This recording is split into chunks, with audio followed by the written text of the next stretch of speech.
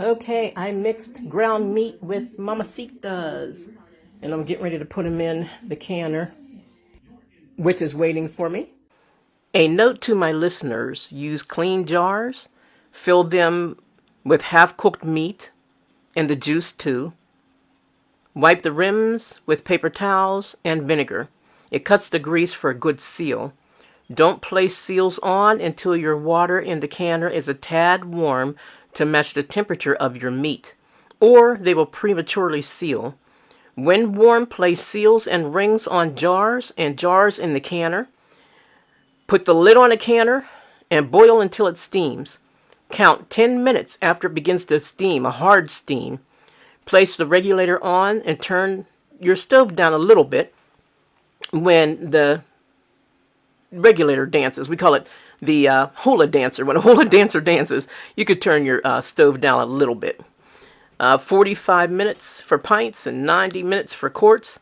Do not remove the lid in the regulator until the canner cools totally down and that tab pops down. Let it sit 5 minutes and then half remove the lid. Not all the way. Let your jars get acclimated to the temperature of the room. In 5 minutes, then remove your jars after 5 minutes and place them on a paper towel or something, rubber or something like that. Not rubber, but something that, can take the heat. All right, my beef chubs, we call them, are done. And you can use them for anything, spaghetti sauce, whatever you want to use them for. They make good meals. Put them on top of potatoes and some sour cream. They're done. Now I'm working on sausage patties, breakfast sausage patties. You can only put 6 in a pint. So I put them one by one on some wax paper, and I'm getting ready to. Did you notice I cut these already?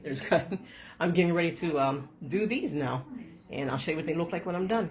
All right, this is the end product. Earlier I was showing you guys I did the sausage, breakfast sausage. I pressed it down. I cut it and pressed it down with my hand.